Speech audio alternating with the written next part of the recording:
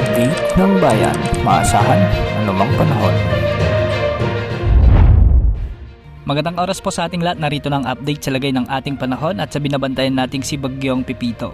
Mas maraming lugar pa ngayon ang nakasailalim sa tropical cyclone wind signals habang patuloy na lumalakas si Bagyong Pipito.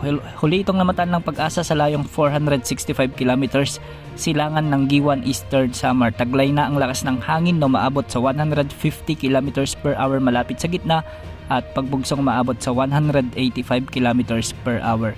Kumikilos ito ngayon ng hilagang kanluran sa bilis na 30 kilometers per hour. Dahil nga sa patuloy na paglapit ni Bagyong Pipito ay nakataas na ang Tropical Cyclone Wind Signal number 2 sa eastern portion ng Northern Samar, ang northern portion ng Eastern Samar at ang northeastern portion ng Samar Province. Nakataas na rin ang Tropical Cyclone Wind Signal number 1 sa Aurora, Quezon Province, ang eastern portion ng Laguna, sa may Marinduque, Camarines Norte, Camarines Sur, Catanduanes, Albay, Sorsogon at Masbate. Samantalang sa Visayas nakataas rin ang signal number 1 sa nalalabing bahagi ng Northern Samar, ang nalalabing bahagi ng Eastern Samar, ang nalalabing bahagi ng Samar Province at ang Biliran. Ayon sa Pag-asa, hindi isinasantabi ang pagtataas ng wind signal number 5 kung sakaling umabot si Bagyong Pipito sa super typhoon. Kung titignan naman natin ang forecast track ni Bagyong Pipito ay patuloy itong kikilos ng west-northwest o hilagang kanluran sa susunod na 5 araw. Posible itong maglandfall sa bahagi ng Catanduanes bukas ng gabi o di kaya naman ay madaling araw ng linggo. Dahil nga may tinatawag tayong cone of uncertainty, hindi rin inaalis ang posibilidad na tumama ang sentro nito sa eastern coast ng Camarines Sur, Albay o di kaya naman ay sa Sorsogon. Posible rin na lumapit ang mata nito o sentro sa bahagi ng Northern Samar bukas ng hapon o di kaya naman ay gabi o di kaya naman ay sa eastern coast ng Quezon Province o Aurora sa araw ng linggo ng hapon o gabi. Inaasahang tatawirin ni Bagyong Pipito ang mga kalupaan ng Bicol Region, Quezon Province, Central Luzon, kasama na ang Pangasinan o di kaya naman ay lalabas ito sa Pangasinan at La Union. Dahil sa patuloy na paglapit ni Bagyong Pipito, ang mga lugar na posibleng daanan nito ay dapat maging alerto at ngayon ay maghanda na dahil hindi biro ang dalang hangin at pag-ulan ni Bagyong Pipito. Inaasang magkakaroon ito ng rapid intensification at posibleng bukas ay maabot na nito ang kanyang super typhoon category. Posible namang itong huminaw ng bahagya at maging typhoon category pagka landfall nito sa bahagi ng Bicol Region. Ngunit isa pa rin itong malakas na bagyo o di naman ay typhoon category.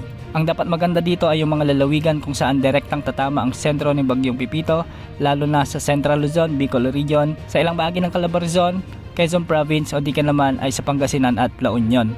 Bukas araw ng Sabado inaasang makakaranas na ng mga intense to torrential rains ang mga lalawigan ng Camarines Norte, Camarines Sur, Catanduanes, Albay at Sorsogon. Pinag-iingat natin ang ating mga kababayan dito lalo na't patuloy na papalapit ang sentro ni Bagyong Pipito sa mga lugar na ito. Inaasahan na rin na magkakaroon ng mga heavy to intense rains sa bahagi ng Aurora, Quezon Province, Masbate, Northern Samar at Eastern Samar. Samantalang makakaranas na rin ng mga moderate to heavy rains ang mga lalawigan ng Pampanga, Bulacan, Bataan, ang buong Metro Manila sa may Cavite, Laguna, Batangas, Marinduque, Romblon, Samar Province, Biliran kasama na ang Leyte. At dahil nga dito, nakakaranas na ng posibleng malalakas na pagbugso ng hangin at malalakas na pag-ulan ang Northern Samar at Eastern Samar dahil pa sa patuloy na paglapit ni Bagyong Pipito sa mga lugar na ito. Posible ang mga pagbaha at pagguho ng lupa lalo na kung may mga umiiral ng malalakas hanggang sa matinding pag-ulan. Ang Bicol Region at Quezon Province naman ay makakaranas na rin ng mga pag-ulan at mga pagbugso ng hangin dulot na rin ni Typhoon Pipito. Samantala sa Batanes ay magiging maulap naman ang mga kalangitan na may mga kalat-kalat pa ring pag-ulan at pagkidlat-pagkulog. Ito ay dahil pa rin kay Severe Tropical Storm Ophel. Sa nalalabing bahagi naman ng Eastern Visayas ay magiging maulap naman ang mga kalangitan na may mga scattered rain showers and thunderstorms. Ito ay dahil na rin sa trough o yung extension ni Bagyong Pipito.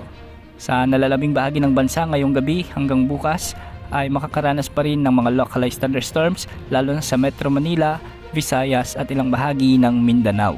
Uulitin po natin, posibleng tumama ang sentro ni Bagyong Pipito sa bahagi ng Bicol Region. Tatawirin nito ang mga kalupaan ng Quezon Province o di naman ay Aurora at dadaanan ang mga lugar sa may Central Luzon at lalabas ng La Union o di naman ay sa Pangasinan. Posible pang magbago ang track nito dahil nakakaapekto ang high pressure area sa itaas nito na siyang nagtutulak sa bagyo pababa. Kung sakaling humina naman ang high pressure area sa taas nito, posible na muling tumaas ang track nito at sa Northern Luzon ang tutumbukin ng bagyo. Pero sa ngayon ay dapat nang maghanda ang mga taga Bicol region, lalo na't papataas o di ka naman ay papalapit na ang bagyo sa bahaging ito. Yan mo ng update sa lagay ng panahon. Ito pang weather update ng bayan, maasahan anumang panahon.